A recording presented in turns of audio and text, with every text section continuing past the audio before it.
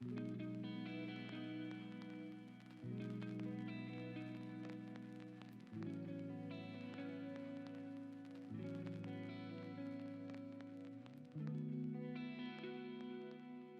everyone, and welcome to Cocodeey's Corner. This is a podcast that I'm starting where I talk about game design, the music in games, and mental health.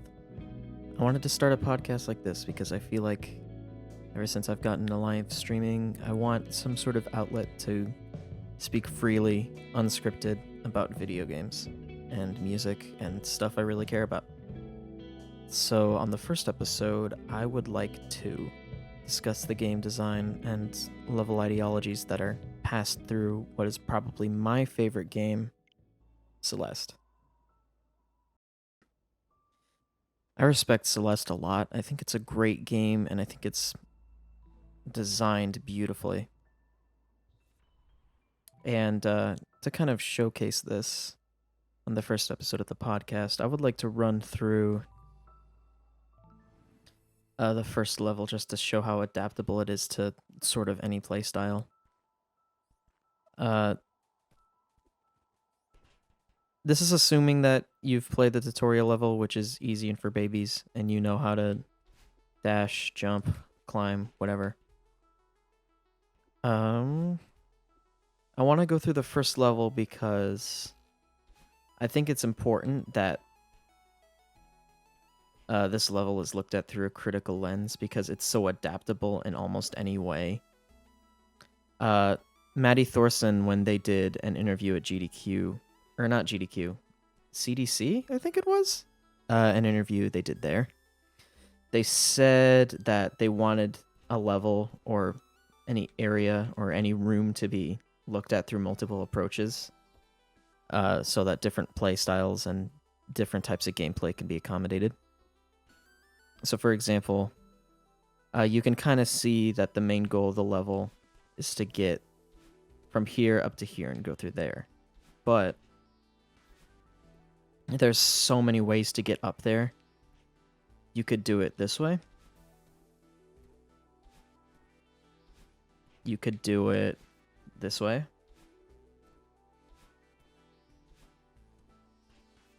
So on and so forth. And then when you learn more advanced techniques, you can approach a level in a different way as well. So for example, once you learn how to wall bounce, you could probably do something like this and then like that to get on to the next level. And you can do it very fast. And that's kind of what I love about the design in this game. So like initially, the main thought process is to get up here like this. But there are multiple approaches even without knowing certain techniques. So even a brave player that already understands the techniques very quickly could probably do something like this without really understanding how amazing that is. And then an advanced player could like wall bounce and do whatever to get up there.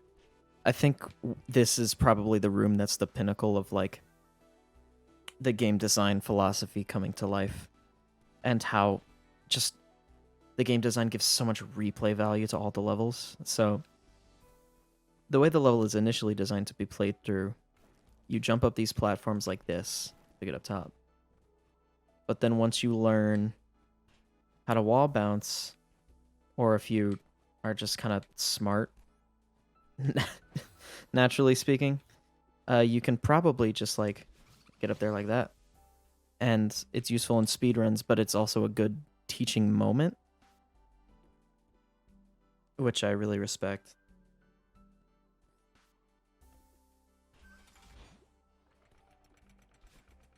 I don't necessarily want to go into rooms with strawberries or crystal hearts because while they're obviously an important part of the game, I don't think they're too important.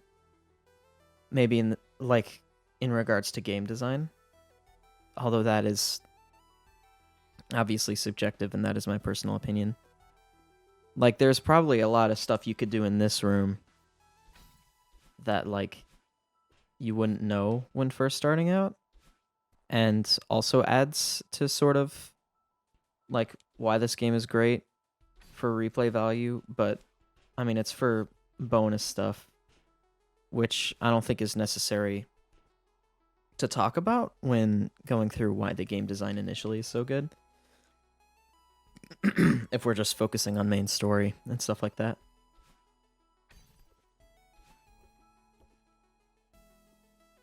That is not to say that the levels are, or the bonus content is poorly designed, but it is to say that, like, focusing on the main game can be a sort of priority in situations like this. Now, here it's sort of subtle that the game obviously wants you to kind of go like this and then jump at this dash crystal in order to get up here. But if you were paying attention to my movement, you can see that I can wall bounce and just do that to get up here. So that's cool. There's also these blocks, which you were taught about earlier in the level, in a specific room. And you can use them. This set of spikes specifically right here is probably the most threatening part of this room, because this set of spikes over here isn't necessarily putting you in any danger. Since if you just stand still, you won't hit them.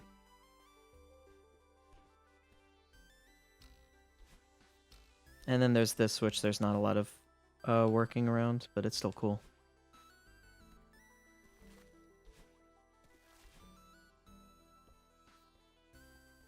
This is a room that has a teaching moment specifically right here. That just shows you that stuff can fall. You already knew that stuff can fall because you've seen this platform earlier in the level. So you remember that you would need to move quickly. And so there's a lot of tension when you're hanging from, like, right here.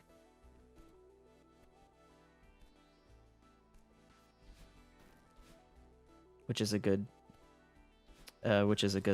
like level design adaptation. Although a lot of the rooms in chapter 1 are sort of cutthroat. You get through them quickly to make it through the rest of the game, or through the rest of the chapter, rather. There's not a lot of moments that are meant to stick out to you as, like, oh, this is good game design.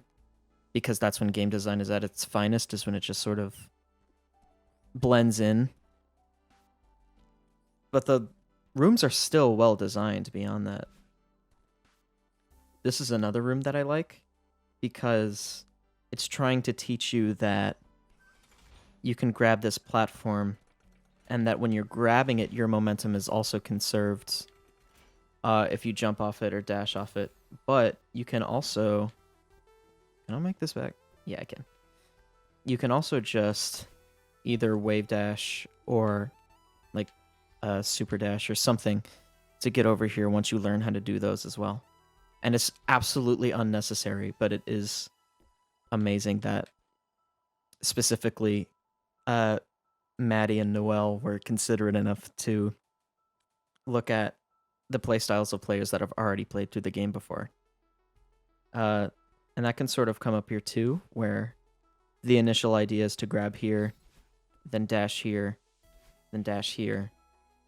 But you can just, like almost everything, just wall bounce, and it works. Which is pretty sweet.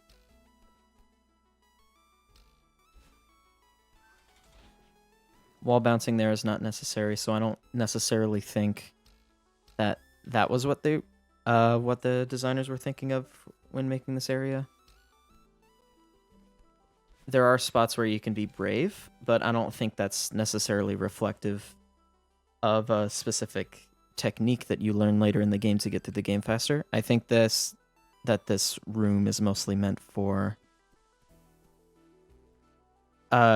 just refining your movement mostly, instead of focusing on advanced movement.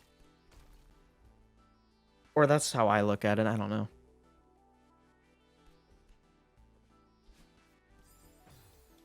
Okay. I wanted to see if you could do some sort something there. Which brings up a good point, actually. Once you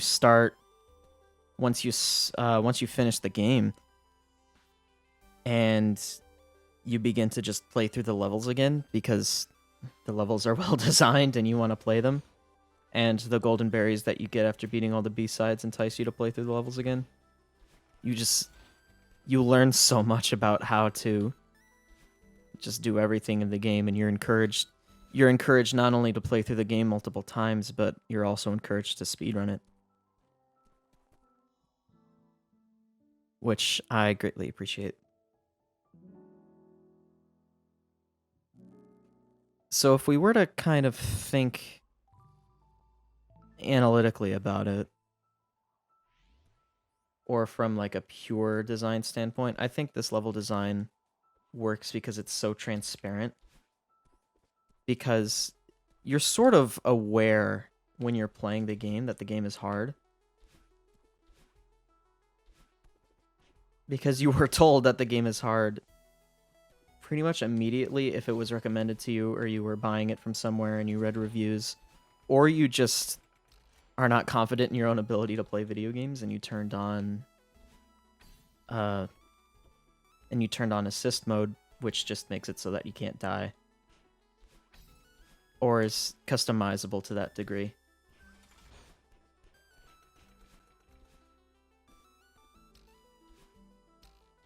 Like, this room exactly is like, there was a room at the start of the game where you bounce on or at the start of this chapter where you bounce on a spring through a row of like 6 spikes to teach you to dash through it. And it's so seamless to the player that, like, the player understands that this was similar to a room they've already gone through, but they don't understand why it's familiar. And that's, in my personal opinion, when I think game design is at its best, when it's so transparent that it's a game that was designed instead of, like, it architecturally, I can't say that word, but I don't care, existing in some form, where it felt like the game was created instead of built. I think that's when game design is at its most successful.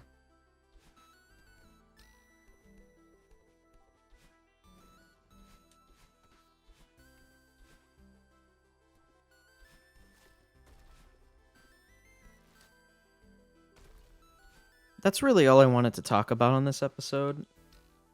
I just kind of wanted to go through chapter 1 and show you that this level is really well designed.